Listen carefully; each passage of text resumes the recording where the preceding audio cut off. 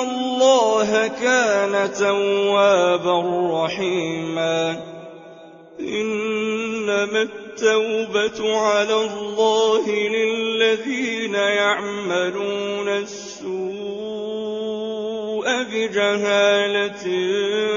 ثم يتوبون من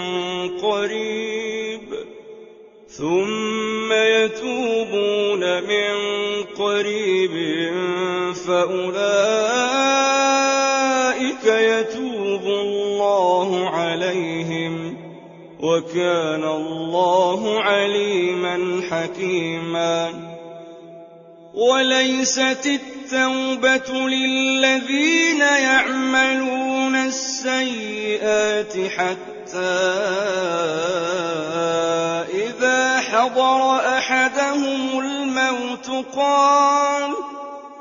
قال إني تبت الآن ولا الذين يموتون وهم كفار أولئك أعتدنا لهم عذابا أليما يا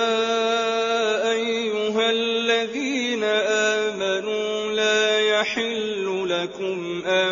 ترثوا النساء كرها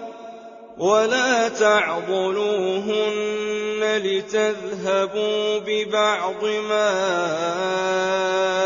آتيتموهن إلا أن يأتين بفاحشة مبينة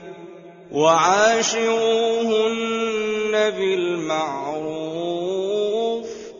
فإن كرهتموهن فعسى أن تكرهوا شيئا ويجعل الله فيه خيرا كثيرا وإن أردتم استبدال زوج مكان زوج وآتيتم إحداهن قنطارا